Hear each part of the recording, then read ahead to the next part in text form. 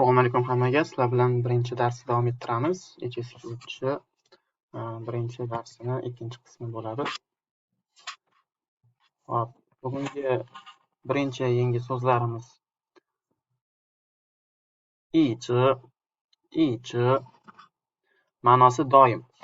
Buni ichini biz HSQ2 ni oxirroqlarida ham o'tdik, ya'ni o'sha yo'l so'raganda, biron bir manzilni so'raganda qandoq borishi metodikani ishlatamiz. Ya'ni ichi to'g'ri yurasan degan ma'noda. Bugun boshqa ma'nolarni ham ko'rib chiqamiz. Doimo, hamon, uzluksiz bir narsani uzluksiz qilish, to'xtamasdan bajarish degan ma'nosida. Hop, ikkinchi so'zimiz bu yo'si ma'nosi o'yin, o'ynamoq. Bu ham ot bo'lib keladi, ham fe'l bo'lib keladi. Ba'zi joylarda ot bo'lib o'yin degan ma'noni bersa, ba'zi joylarda o'ynamoq degan ma'noda ham keladi fe'l bo'lib. Keyingi so'zimiz bu zo'ye, uyga vazifa. Hop, keyingisi chaochi. Bu ko'p ishlatiladi xitoy tilida, og'zakida. Chaochi ma'nosi xavotirlanmoq yoki shoshmoq. Buni yana ko'p misollar bilan ko'rib o'rganamiz. Eng oxirgisi bu fusi. Bu takrorlash. Ingliz tilidagi reviewga to'g'ri keladi. Hop, birinchi yangi so'zimiz ichi. Ko'p ishlatiladigan so'z og'zaki xitoy tilida. Ma'nosi doim, uzluksiz yoki ketma-ket bir narsani to'xtamasdan bajarish. Hamon degan ma'nolari ham bor. Hozir ko'rib chiqamiz misollar bilan. Misol birinchisi, wo iji zai dengni, men seni kutyapman. Hamon kutyapman degan ma'noda. Yoki women iji shi hao pengyo, bizlar doimo yaqin do'stlarmiz. Women iji shi hao pengyo, bizlar doimo yaqin do'stlarmiz. Uchinchisi, iji wang qian zou, to'g'ri oldinga yur, to'g'riga yur degan ma'noda. Xuddi shunga o'xshagan misolni biz HSQ2 da ko'rgandik. Iji wang qian zou, to'g'riga qarab, to'g'ri yur degani. Keyingi so'zimiz yo'si. Boya aytgandek, bu ham fe'l bo'lib keladi, ham ot bo'lib keladi. Ko'proq keladigan ma'nolari bu kompyuter o'yinlari haqida yoki telefon o'yinlari haqida, yana stol o'yinlari, ya'ni yoki bolalar o'yini. Ko'proq mana shu ma'nolarda keladi. Misol uchun birinchi misolimiz wo xi huan wang yosi, men o'yin o'ynashni yaxshi ko'raman. Wo xi huan wang yosi, men o'yin o'ynashni yaxshi ko'raman. Bu yoqda ot bo'lib kelyapti. 这个游戏很好玩. Bu o'yin juda ham qiziqarli. Bu yoqda ham ot bo'lib kelyapti. 这个游戏很好玩. Bu o'yin juda ham qiziqarli. Hop, eng oxirgisi, 孩子们在外面游戏. Bolalar tashqarida o'ynayapti. Bu yoqda o'sha fe'l bo'lib kelyapti. 孩子们在外面游戏. Bolalar tashqarida o'ynayapti. Keyingi so'zimiz zo'ye, uyga vazifa. Dars vazifasi yoki o'sha homework ingliz tilidagi asosiy ishlatilishi bu o'quvchilarning uyga vazifasi yoki yozma mashqlarga ham ishlataverasiz yoki o'qituvchi bergan topshiriq. Umuman aytganda o'sha uyga vazifa homework ma'nosi zo'ye. 老师给我们很多作业. O'qituvchi bizga ko'p uyga vazifalar berdi. 我还没有作业. Men hali uyga vazifani bajarmadim. 今天的作业是什么? Bugungi uyga vazifa nima? Menimcha zo'yida muammo bo'lmaydi. Keyingi so'zimiz chaochi. O'sha tashvishlanmoq, shoshmoq, xavotirlanmoq, asabiylashmoq ma'nolari bor. Birinchisi chaochi, shoshma, xavotirlanma demoqchi. Chaochi, xavotirlanma yoki shoshmagin degan ma'noda ham keladi. Buni biz HSQ2 ni boshqalarida o'tganmiz. Biron bir narsani qilmaslik fe'ldan oldin keladi va o'sha fe'lni qilmaslikka da'vat qiladi. Chaochi, shoshma yoki tashvishlanma. Ta huilaydi, u keladi. Keyingisi mama han chaochi. Ona juda ham tashvishda yoki o'sha onam juda ham tashvishlanyapti. Mama han chaochi. Ona juda ham tashvishda. Ya'ni buni asabiy deb tushunsak ham bo'ladi. Asabiylashib biron bir narsani shoshib qilganda ham chaochi deydi. Shoshma, asabiylashma degan ma'noda. Hop, keyingisi wo chaochi chu shangban. Men ishga shoshib ketyapman. Wo chaochi chu shangban. Men ishga shoshib ketyapman. Ya'ni shoshmoq ma'nosi. Keyingi oxirgi so'zimiz bu fusi. Fusi takrorlash. Biron bir narsani, o'qigan narsani, o'rgangan narsani takrorlash degan. Ya'ni o'sha repetitsiya ili ko'rib chiqish ma'nolari ham bor. Asosiy ma'no imtihonga tayyorlanayotganda takrorlash yoki eski darsni qaytadan ko'rib chiqib takrorlash yoki o'rganilgan yangi narsalarni mustahkamlash uchun takrorlash. Hop, 我在复习汉语. Men xitoy tilini takrorlayapman. 我在复习汉语. Men xitoy tilini takrorlayapman. 明天考试我要复习. Ertaga imtihon, uzr, 你要复习. Ertaga imtihon sen takrorlashing kerak.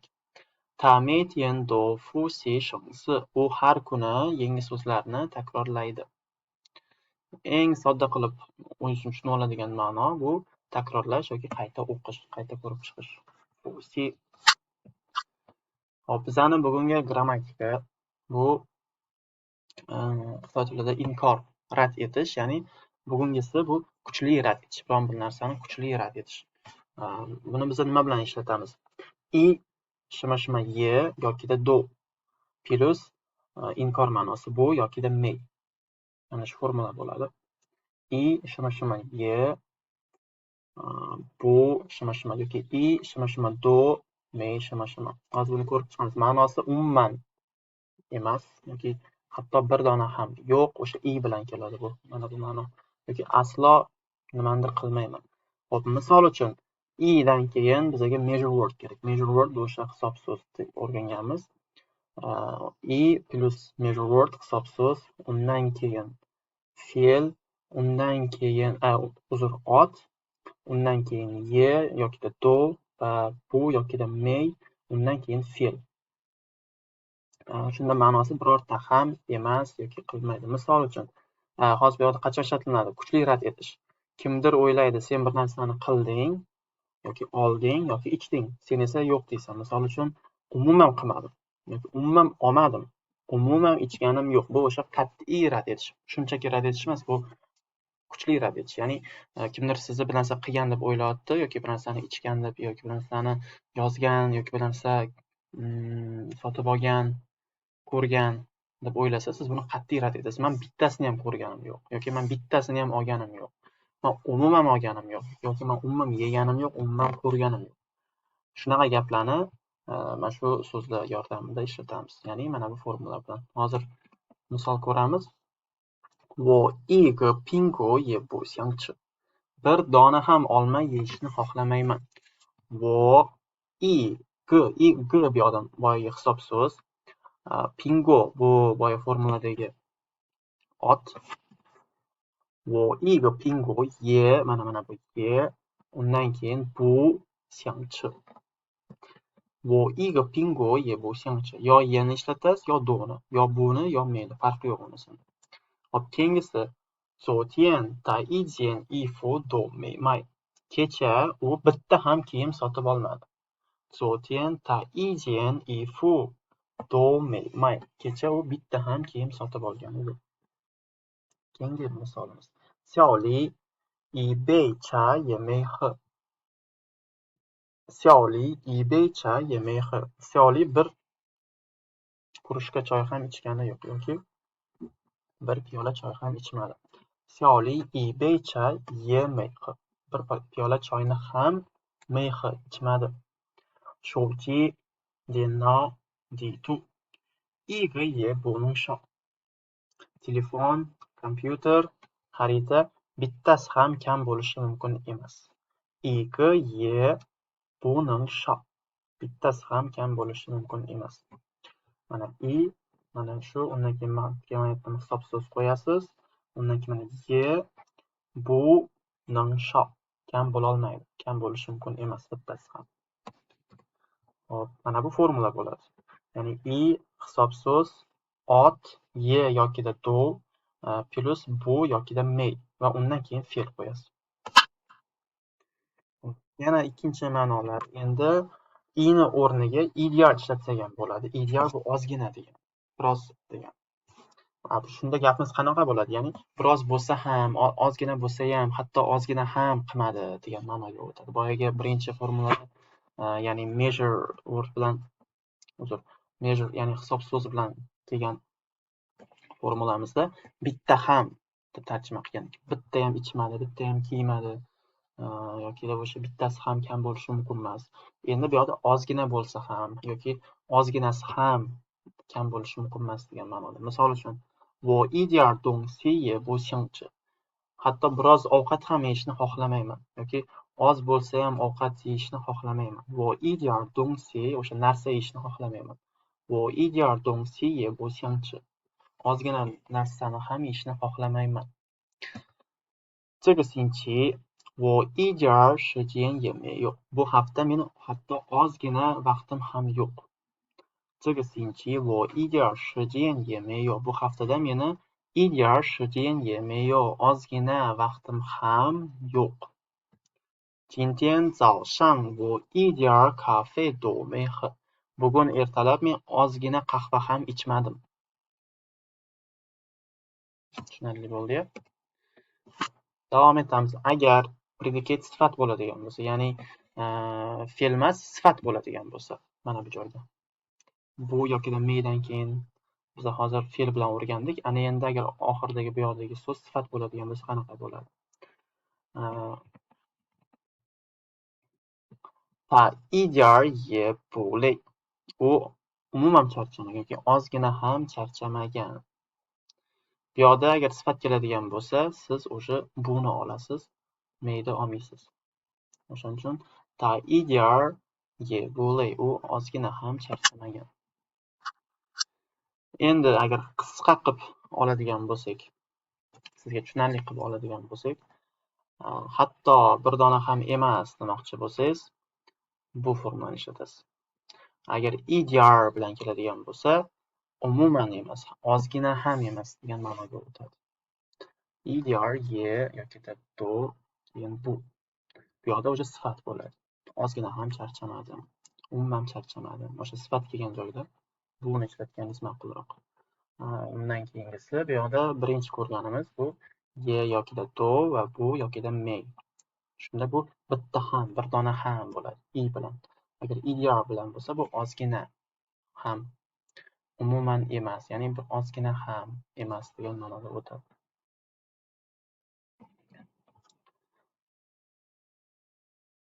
Misollar ko'rib chiqamiz. 他一个朋友也不认识. U bitta ham do'stini tanimaydi. 我一点钱也没有. Meni ozgina ham pulim yo'q. 他一点汉语也不会说. U xitoy tilida ozgina ham gapira olmaydi.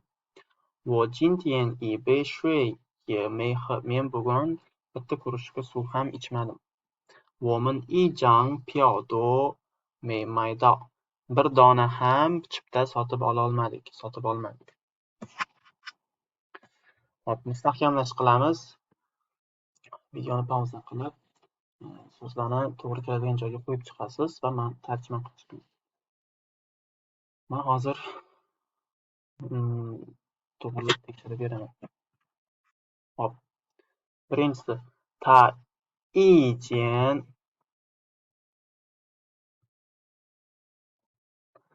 他一件衣服也不喜欢. U bitta ham kiyimni yoqtirmadi. 他一点钱也没有. Uni ozgina ham puli yo'q. 我们一个人都不认识. Bizlar bitta ham odam tanimaymiz. Mana o'sha.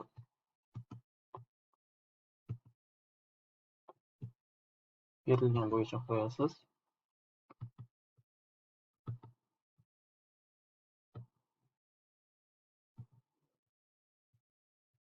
Hop, yozadigan bo'lsam vaqt ketib qolibdi. Hozirga tushuntirib o'tib ketaman.